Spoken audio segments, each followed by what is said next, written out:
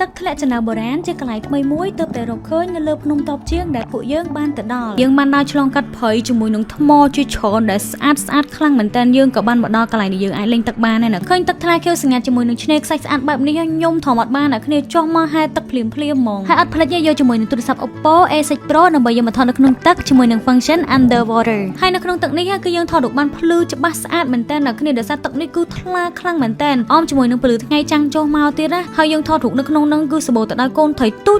ចនៅចិត្តយើងហ្មងខ្ជុលមែនតើហើយមានរុក្ខជាតិជាច្រើននៅក្នុងទឹកនោះដែលយើងអាចថតបានស្អាតទៀតបានយកទូរស័ព្ទ Oppo A6 Pro ខ្ញុំថតរូបមកប៉ុសហើយ post story អួតគេបើទូរស័ព្ទផ្សេងមកដល់ព្រៃភ្នំដាច់ស្រយាលអីបែបនេះគឺដឹងតែអត់សេវាឯអ្នកគ្នាប៉ុន្តែជាមួយនឹង Oppo A6 Pro នេះគឺមានជាមួយនឹងមុខងារ AI Link Boost ដែលជំនួយសេវាអញ្ចឹងមិនថាដល់ទីណាយើងក៏អាចមានសេវាទូរស័ព្ទហើយនឹងអ៊ីនធឺណិតលេងបាន smooth មែនតើជាមួយនឹងសេវា 4G ជាមួយនឹងថ្មធំទៀតរហូតដល់7000 អាដែលខ្ញុំមកដើរលេងនេះគឺខ្ញុំសាកថ្មតែម្ដងអ្នកគ្នាប្រើបានយូរមែនតើរហូតដល់ 2-3 ថ្ងៃហើយខ្ញុំប្រើ Google Map ផងផ្សាយអ៊ីនធឺណិតផងមើល YouTube ផងគឺប្រើរហូតតែម្ដងថែមជាមួយនឹងមុខងារសាកថ្មលឿន80 វ៉ាត់អ្នកគ្នាសាកតែ1ម៉ោងគឺពេញតែម្ដងលឿនមែនតើបំពាក់ជាមួយនឹងអេក្រង់ 120Hz ភ្លឺថ្លាច្បាស់តែជាក់ភ្នែកទោះបីជានៅក្រោមភ្លឺថ្ងៃខ្លាំងក៏យើងមើលច្បាស់ដែរការពារទឹកកម្រិតកម្ពស់ IP69 ទោះបីជាទូរស័ព្ទយើងធ្លាក់ចូលទឹកឬក៏ពេលប្រឡាក់ដីអីហ្នឹងយើងអាចយកទូរស័ព្ទទៅលាងទឹកបានធម្មតាអត់មានបញ្ហាអ្វីទាំងអស់មុខងារមួយទៀតដែលពិសេសហើយខ្ញុំគិតថាត្រូវជាមួយនឹងពួកខ្ញុំដែលចូលចិត្តដើរលេងដើរព្រៃបោះតង់ចូលព្រៃភ្នំជ្រៅអីហ្នឹងណាគ្នាគឺមុខងារ Beacon Link ដែលយើងអាចទេទៅទូរស័ព្ទ Oppo ដូចគ្នាទោះបីជាទូរស័ព្ទយើងអត់មានសេវាក៏ដោយមុខងារមួយហ្នឹងគឺដូចជាអេកូអញ្ចឹងណាគ្នាអញ្ចឹងយើងអាចទេទៅរកគ្នាបានបាច់ចាំមានសេវាទេ